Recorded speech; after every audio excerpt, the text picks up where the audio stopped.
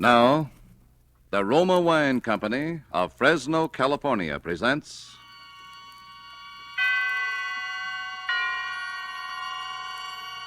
Suspense. Tonight, I Had an Alibi, starring Keenan Wynn. Suspense is presented for your enjoyment by Roma Wines. That's R-O-M-A, Roma Wines. Those excellent California wines that can add so much pleasantness to the way you live, to your happiness in entertaining guests, to your enjoyment of everyday meals. Yes, right now a glassful would be very pleasant as Roma Wines bring you Suspense. This is the Man in Black, here for the Roma Wine Company of Fresno, California, who tonight from Hollywood bring you as star Mr. Keenan Wynn, who is soon to be seen in the Metro-Goldwyn-Mayer production Between Two Women. Tonight, Mr. Wynn details for us the dramatic narrative of a gentleman who studied thoroughly the art of murder, and who, like certain others whose ventures are now and again recorded on the front pages of our newspapers, evolved his own formula for the perfect crime. And so with I Had an Alibi, and with the performance of Keenan Wynn, we again hope to keep you in suspense.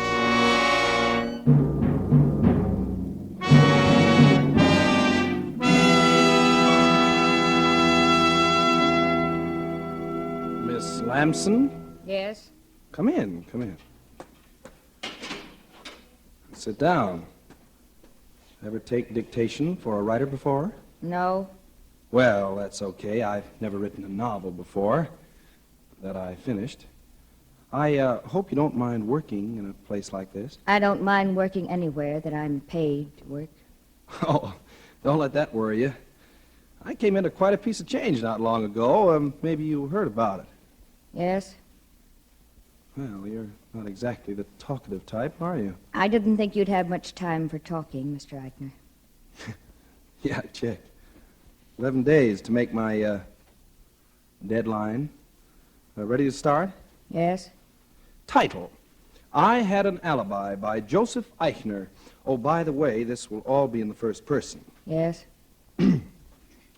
Chapter 1. I first met Belle Schaffner when I went to work for the Herald. She was a sob sister and a good one. I was a police reporter and no bum in the business myself. With Belle and me, it happened almost right away. We talked the same language, thought the same way, wanted the same things. We were that kind of a team. But for a while, there were a couple of notions in the back of my mind that I hadn't even told Belle. Because sometimes a woman in love can be practical only just so far. It all came out one night in the office after I'd been there about 6 months.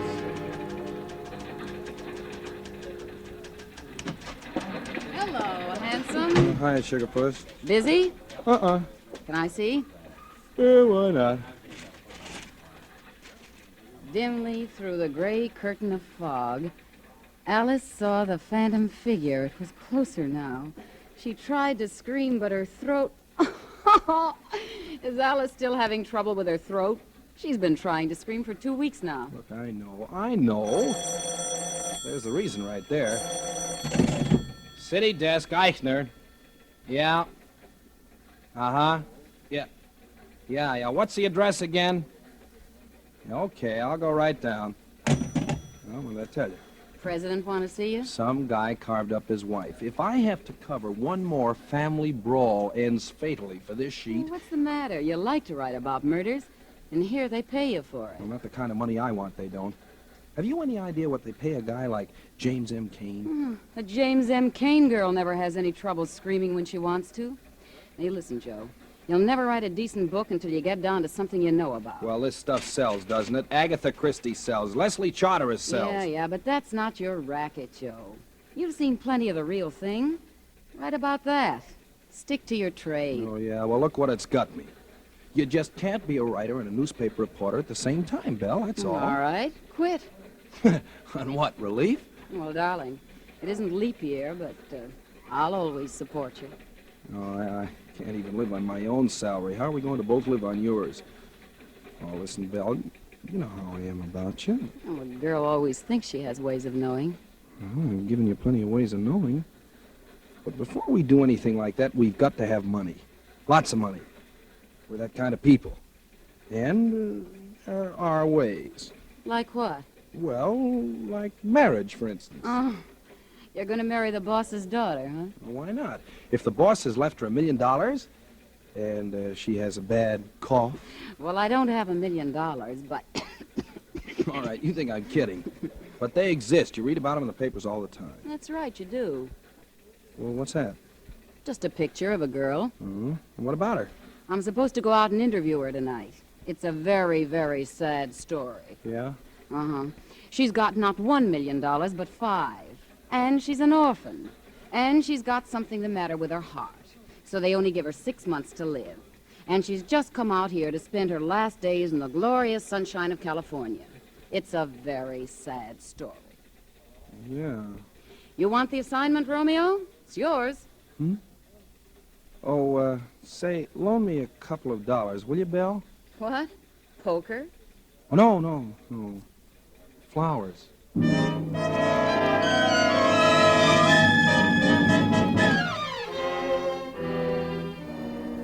Tonight for Suspense, Roma Wines are bringing you as star Mr. Keenan Wynn, whom you've heard in the prologue to I Had an Alibi, a radio play by Mindred Lord. Tonight's tale of Suspense.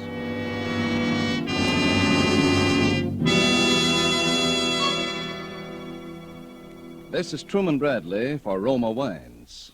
And we have an interesting idea for you tonight from the keen and sensible mind of America's famed expert on parties and smart entertaining, Miss Elsa Maxwell.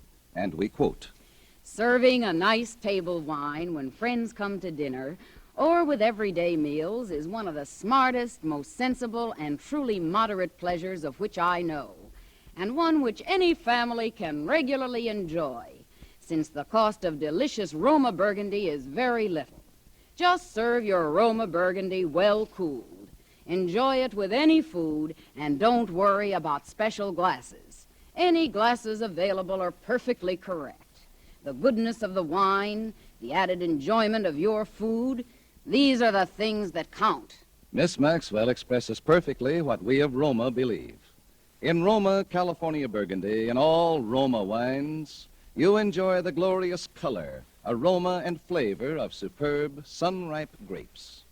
Our noted wineries, located in California's choicest vineyard areas, assure you of flavor and quality which are always good, never varying, always delightful. And so Roma quality is preferred everywhere. And you are able to enjoy these fine Roma wines at modest prices, only pennies a glassful. Remember, more Americans enjoy Roma than any other wines. R-O-M-A, Roma Wines.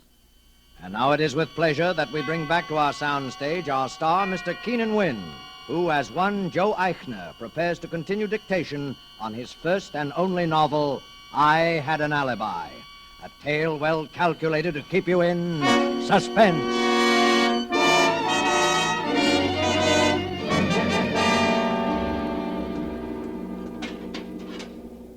You're, sure you don't mind coming here, Miss Lamson? No. Well, we'd better go on with the dictation. I've only got, 9 more days. I'm ready. Chapter 4. Belle Schaffner was a good sob sister, all right, even if she did have one weakness, which was me. The story she'd given me about the girl was the real McCoy. Her name was Linda Vale, and she did have $5 million and just 6 months to live. I went out to her house that night. She was living in a big place in Beverly Hills that she'd taken over from some broken-down movie star. You know, swimming pool, tennis courts, riding stables, the works. And not a soul around. I'd been worried about that. I thought maybe she might be having a last fling and working at it 24 hours a day, you know, with a lot of nosy spongers hanging on to her all the time. There was just one light on in a room upstairs and a hall light. I went up to the door and knocked and waited. Yes, sir? I'd like to see Miss Vale, please. I'm sorry, sir, but Miss Vale has given orders that... Well, would you just give her these, please? I'll wait. Very well, sir. A press card will break the ice with almost anyone, and I knew the flowers would do the rest. What a surprise. Pretty soon I heard steps and a voice. Sanders, the flowers are simply lovely, but who... Miss Vale? Yes? Well, my name is Joseph Eichner. Yeah, she was a nice enough kid and lonely. Because, like a lot of people on a spot like that, the thing she was afraid of most was having anybody pity her. That's the mistake that nearly everybody made. But not me. I played it for a switch. I'd figured every move for days ahead. Joe, Yes? what's the matter? Oh, nothing. You've been awfully subdued lately. You've always been so gay. Well, Linda, Well, I've got to go away. Go away? Linda, I've been trying to keep it from you, but... Well, gee, you must know how I feel about you, and seeing you every day and knowing that... Oh, Joe. Well, it's not fair to you, Linda. And, well, I can't take it anymore. Joe, Yes. I don't want you to go. I don't want to. I don't want to, Linda, but... Then promise me. Promise me you won't leave me. Just for the little time that's left. Oh, Linda. For my sake. All right, Linda. For your sake. After that, it was quick and easy. 3 days later, we went to see her doctor, the best heart specialist in California. Dr. Lawson, you must be frank with us. Doctor, we're in love. I see. And we want to be married. Look, Doctor, if I could make Linda happier, if I could give her all the love and tenderness, well, isn't it just My possible? boy, all that medical science can do is go on the basis of experience. We can't make certain prophecies. But on the basis of experience, the prognosis for Linda remains unchanged. But, Doctor, once you told me that anything is possible. And I say it again, my dear. Anything is possible. That's enough for me, Joe. Yeah, me too. Do you, Joseph, take this woman to be your lawful wedded wife to have and to hold in sickness and health, for better, for worse, for richer, for poorer, forsaking all others, until death do you part? I do. Do you, Linda, take this man to be your lawful wedded?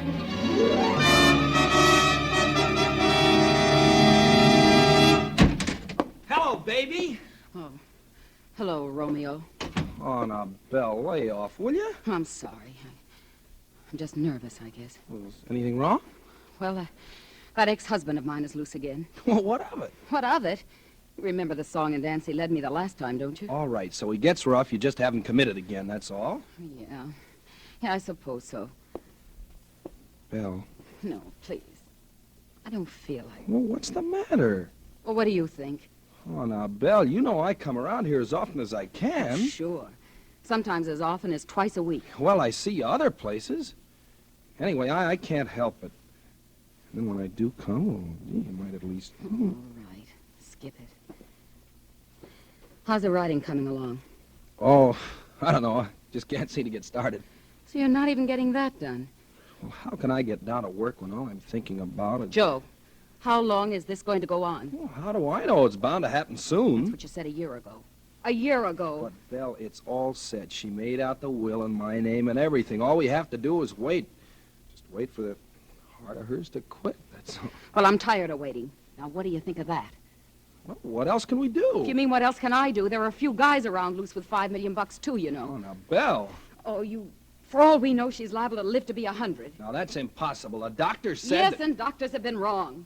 Well, what do you want me to do about it?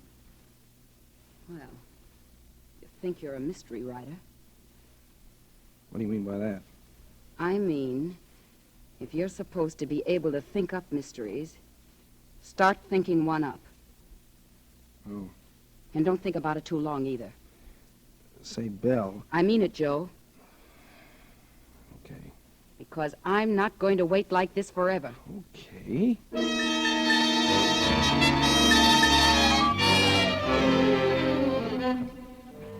Well, that was when I first began to think about it. Then all of a sudden I began writing again.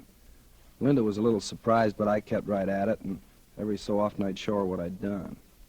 It was pretty terrible, but It didn't matter because nobody but her was ever going to see it anyway. After about 2 weeks of this, I was ready. That night I came out of the study and went into the drawing. Working hard? Yeah. Say, Linda, you want to do me a favor? Well, of course I do. Well, you know the place in my story where Lillian pretends to commit suicide and leaves the note? Uh-huh. Look, I suddenly thought, why not have the note reproduced right in the book as though we're in her own handwriting? You know, Exhibit A, you know, along with the map of the grounds and so on. Well, that would be good. Yeah. Only, of course, it's got to be in a woman's handwriting. Do you want to write it for me? You mean my handwriting's going to come out in a book? Oh, how exciting. Well, it sure is if I can get a publisher, and I think I've got a nibble. Here, you can write it on your own stationery. I'll cut that letterhead off the top later. All right. What does it say? Darling. Darling? You know I can't go on like this. Huh? It's got to end sometime. It's got to end some time. It will be easier for both of us if I end it now. If I end it now. Please try to forgive me and sign it L. L. Wouldn't you sign it? Oh, no, you see, all Lillian's letters to Dick are signed L, remember? Oh, yes, Yeah. I remember now. There. Oh, thanks, darling. Is it all right? Oh, sure. It's perfect.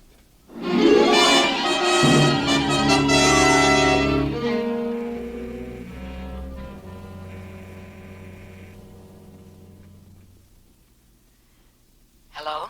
Hello, Belle? Yeah. Now, listen, baby, it's all set. Did you get the note? Oh, sure. She wrote it tonight. Now, how soon can you leave for Palm Springs? Anytime. Tomorrow morning? All right. Now, listen, when you check in down there, make plenty of fuss about it. I will. I'll leave here at exactly 9:30 tomorrow night. I'll stop at a couple of places, so you leave Palm Springs about 15 minutes later, 9:45. Okay. Better check your watch at Western Union. I'll do the same. Okay. Hey, be sure to bring plenty of stuff. Everything you can lay your hands Oh, on. don't worry, I will. You remember the place, don't you? Remember? You know, the second turn after you leave Riverside. Well, how far is it about? Well, it's exactly halfway between the springs and here. Say 60 miles. I'll be there. Okay, baby. Tomorrow night.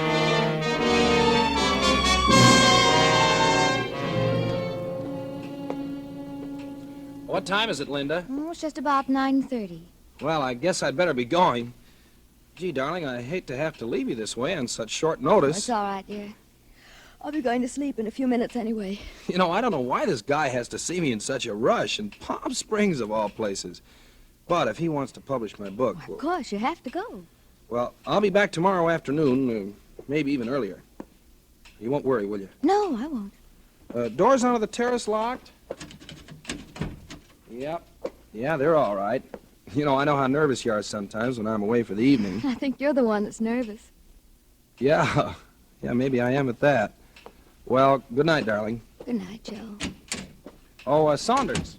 Yes, sir? Come in, sir. Look, Saunders, I've got to drive down to Palm Springs tonight. Excuse me just a second. Linda? Yes? Linda, you'd better put the snap lock on your door from the inside, just in case. I've got the key. Oh, all right. There you are. Okay, darling, good night. Good night. Saunders, let me see. Oh, yes. I wonder if you'd mind checking the doors from Mrs. Eichner's room onto the terrace to see if they're locked from the outside. Good, sir. A little later when she's asleep so as not to disturb her. You know, she gets nervous sometimes when I'm not here. Yes, sir. Saunders, you won't forget, will you? Oh, no, sir. I shan't forget, sir.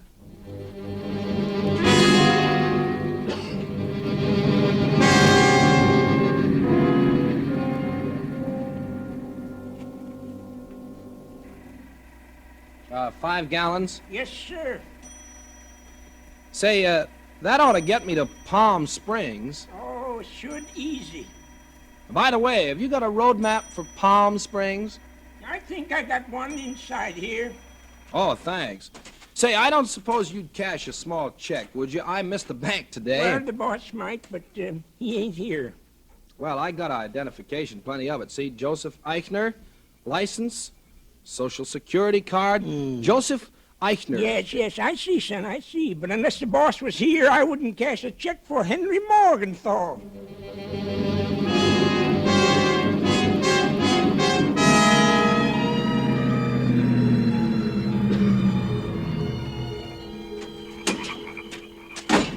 Belle? Joe. Hello, baby. Well, what's the matter? You're shaking all over. Oh, I don't know. Everything, I guess. Hmm? And I thought I saw that ex-husband of mine down in Palm Springs What? today. Now, what would he be doing down there? I don't... Oh, I must be seeing Oh, no, things. sure you are. Oh, Joe. Joe, I'm scared just the same. Are you sure nobody's gonna get nosy about this? Let him. It's a setup. The room's locked from the inside, and the butler knows it. Nobody could have done what's going to happen in that room tonight except Linda or me. I couldn't have done it because I couldn't be there in Palm Springs with you at the same time, right? Oh, yeah, I And guess so. I've already left a trail to Palm Springs a mile wide. Did you get away all right? Yeah, out the back of the hotel. Nobody saw me. Everything else go okay? Oh, yeah. I got the maid in this afternoon and raised a fuss. Then I gave her $5 and made her polish everything till she was blue in the face. She'll never forget it. Swell. You got the stuff? Yeah, my big suitcase in the trunk rack. All packed in cotton. Okay, let's take a look at it.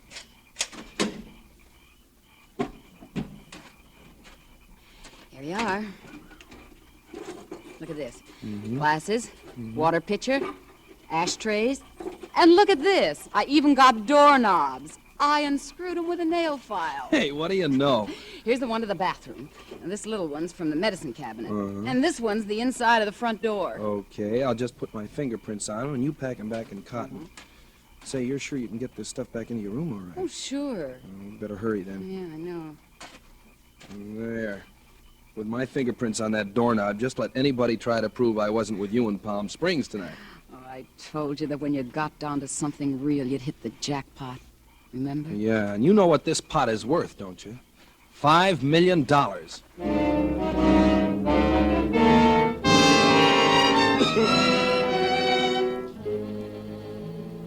There were no hitches.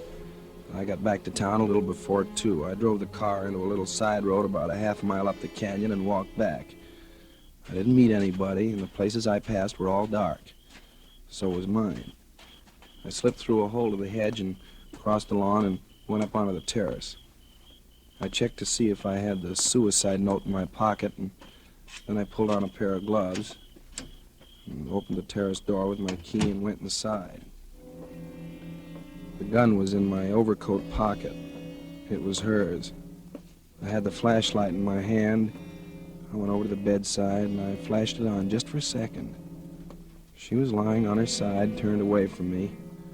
I put the gun against her temple and pulled the trigger. She didn't make a sound. I reached over to put the gun in her hand, and then it hit me. Her hand was stiff and cold as ice. I flashed the light in her face. It was blue. While I was away, she'd had her heart attack at last. For the last 3 or 4 hours, she'd been dead. Well, for about 10 seconds, I didn't know what to do. Then I realized I had to get out of there. Saunders might have heard the shot. Before, it wouldn't have mattered one way or the other because the coroner would have established the time of death anyway. Now it made all the difference in the world. I went out the terrace door and I locked it behind me. I crossed the grounds and I started walking up the canyon, walking, thinking. I don't know how long I walked, but what I was thinking was enough to drive me crazy. I'd planned the perfect suicide.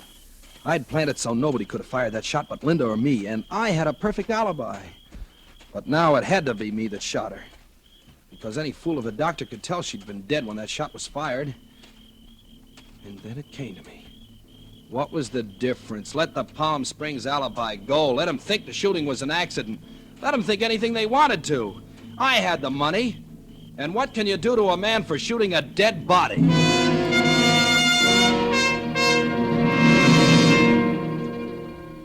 It was almost daylight when I got back to the room. The house was still dark, so Saunders hadn't heard anything. First, I burned that suicide note. Then I turned on the lights and unlocked the door. Then I fired another shot into the wall for Saunders again, just in case he was awake. Then I went over to the inter-house phone.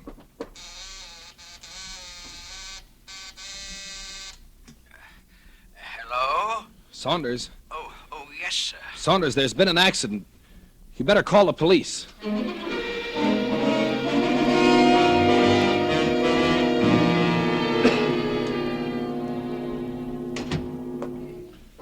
Well, have you seen everything you want to, Lieutenant? Yep. Well, you're living kind of different than you used to when you were a police reporter downtown, huh, Joe? Yeah. I suppose you want to ask me some questions. Oh, a couple. I hear you were going to Palm Springs last night. Yeah, I was. I changed my mind. Who were you going to see down there? Anybody in particular? Oh, just a friend. It wouldn't have been your old friend, Belle Schaffner, would it? Oh, whatever, I didn't go. You'd have had time to go, though. Oh, all right, but I didn't. Anyway, what's all that got to do with nothing, just routine. So you came back here. Yeah, that's right. And what happened? Well, I came in the house and I went up to our bedroom, and I thought I heard a noise. I thought I saw a man moving around. Well, I was pretty jumpy, and I fired. How many shots? 2. And one of them hit your wife? One of them hit what was my wife. All an accident, huh? Yeah, that's right. You come into quite a lot of money with her out of the way, don't you, Joe? Yeah, sure. What of it? Nothing. Only it's too bad you're not going to be able to spend it. Oh, nuts. What do you think you're going to do, charge me with a murder for firing a shot into a corpse? No, but it could be a pretty spectacular little alibi for just on the spur of the moment, couldn't it? Alibi for what? For Belle Schaffner. What? Her throat was cut in Palm Springs last night, and your fingerprints are all over the place.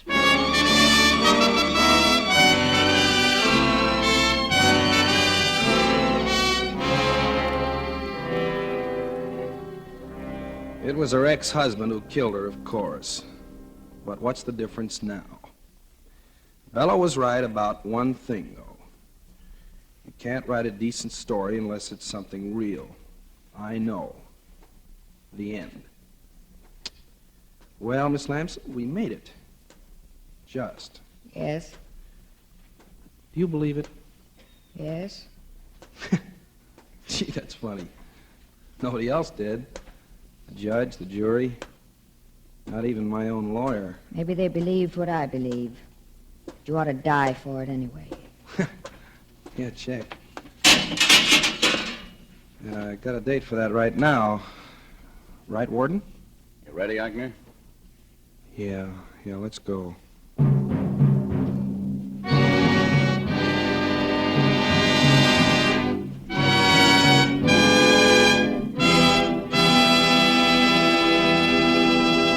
And so closes I Had an Alibi, starring Keenan Wynn, tonight's tale of Suspense.